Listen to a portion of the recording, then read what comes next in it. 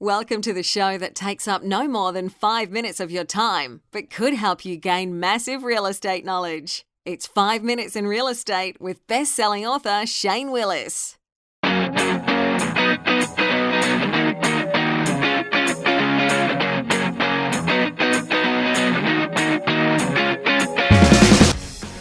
Hello, it's Shane Willis, Principal Real Estate Expert, bringing you today's episode. Actually recording it tonight. It's Monday, April, what's the date? Today's 23rd, April 23rd. Normally record these in the morning. I get my workout in, go take a walk around the block, record the podcast so I can get that information out in the morning. But I'll be honest, I have been so busy. I think I've seen 23 houses, 23 or 24. They're really all a blur. 23 or 24 houses I've seen in the last 3 days. Multiple different clients, not one person looking at 24 houses, but multiple clients. And what I originally talked about, we'll actually talk about towards the end of the episode here, but what I wanted to come up, because I'm seeing it live, is the frustration that buyers are having right now. And part of that is twofold. One, when we say, and I've got a podcast episode and blog, I've got multiple blogs talk about it, but I've got a couple of podcast episodes that I'll link in the notes. When I say let's get a pre-approval first, that's not just to jump through hoops. I literally had some buyers I was working with over the weekend that talked to their lender on Saturday. The lender actually picked up the phone, talked to him on Saturday, and said, hey, yep, you look good, but I got one thing I got to fix. I got one thing I need to make sure we're qualified for before I can send you out the pre-qualification letter. But I think you're looking good. Well, they had told me they had been pre-qualified. I went, okay. So we went to go look at a house, found a house yesterday, Sunday. Beautiful. Where's the pre-qualification letter? Well, then they told me the whole truth. We've almost got it. They said there's just one thing. Okay, well, this particular seller does not accept offers without a pre-qualification letter. They just won't.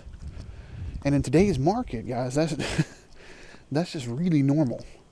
People want to see that the person they're dealing with actually has the money to do what they say they're offering to do. So I said, okay, well, without the pre-qualification letter, we just can't write the offer up. We just can't.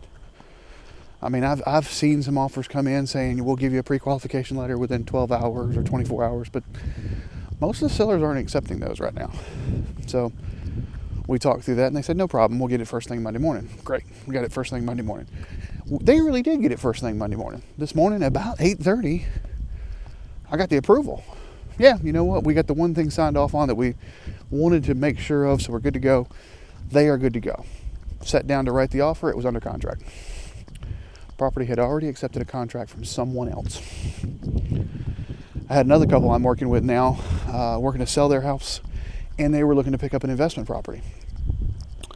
They went, we were supposed to meet today. I know they listen to the podcast, so we were supposed to meet. Most of the points, like the 2 to 250 right now, in both the counties, Escambia and Santa Rosa County, are under 3 months worth of inventory. Now, they were under 2 months worth of inventory early March. We've seen some inventory come on the market, which is typical April selling. But we're still under 3, 2.8, 2.9, right at the 3 mark. So we're definitely in a seller's market, right at a hyper seller's market. So when you sit in that market, not getting step 1 done before you go to step 2 is really setting yourself up for failure, because you'll fall in love with properties. Whether you're an investor, a first-time home buyer, a move-up buyer, whatever, you'll fall a condo buyer, you'll fall in love with a property. But if you don't have your ducks in a row, now it doesn't normally take 24 hours, but it could, and it does normally take quite a few hours. I'm used to seeing things take 12 to 18 hours to be able to update. Well, if it's at 12 hours and something comes on at 6 o'clock in the morning, you don't see it till 6 p.m., you lost a whole day. Anybody and everybody that's looking for something spotted that. And in today's market, when stuff can sell in 3 hours, if you do all the prep work right, 12 hours is an eternity. So not getting started when the gun actually goes off, as soon as the agent puts submit and makes it live on the MLS and the property is now live for showing, how that's going to just lead to frustration. There's frustration that can be mitigated. Also, if you find something that even you're 60%, 65% contingencies, it means you can back out of the contract if you didn't like it, or you find something you didn't know about that was a massive repair or something like that. All of that can be done. It can be backed out of. But you don't get the chance to back out of something that you don't put under contract. So you've got to lock it up right now. That's something that I talked about way back in the foreclosure days and even prior, but now it's even more true. Now what's kind of funny is what I was originally going to talk about today was the fact that it is cheaper still, and a new report just came out talking about how it's cheaper to buy than rent. Again, they quoted some of the statistics because they said it's like 60% cheaper. I think that's because they were talking about the compared to your annual income, how much you pay in rent versus how much you would pay in a mortgage right now. The rent is almost 34-35%, whereas the mortgage is about 17%. So when you start to add that up, somehow they come up with 60%. But a lot of the figures they were using were out in California. I don't think it's quite that high in the Panhandle, but it's still much higher to rent. I'm seeing more and more people, because mortgage rates are still so low, more and more people are still here going, hey, I want to buy a house because, well, it's just cheaper to buy a house, even when you throw in taxes and insurance. It's just cheaper to buy a house than it is to rent a house. Now, I've got a lot of clients that are investors that are like, I want to buy another house because I can pay less in mortgage and charge more in rent. Well, yeah, you kind of can. So that was what was going to be today's original topic. It's much cheaper to buy than rent. And I will put in the show notes, I'll make sure that I put the data that I got that from. But I wanted to kind of address the frustration that I'm seeing, because it's not just from one market, it's from multiples. The investors are dealing with it.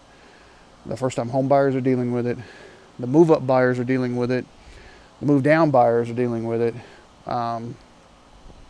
And when I say I moved down, some people don't understand when I say I moved down, I mean someone who's downsizing. Like my wife and I own almost a 3,000 square foot property right now, but our youngest is about to become a junior in high school. So I don't know that I'll need this big of a house here in about 3 or 4 years. She'll probably be off in college. Our son will be out. He's opening his own company. I don't need 3,000, 4 bedrooms, 3 baths, 3,000 square foot for just my wife and I, and our 2 little dogs. That's just way too much. So we'll look to probably downsize at that point. But the downsides are frustrating right now as well. There's ways to get around it.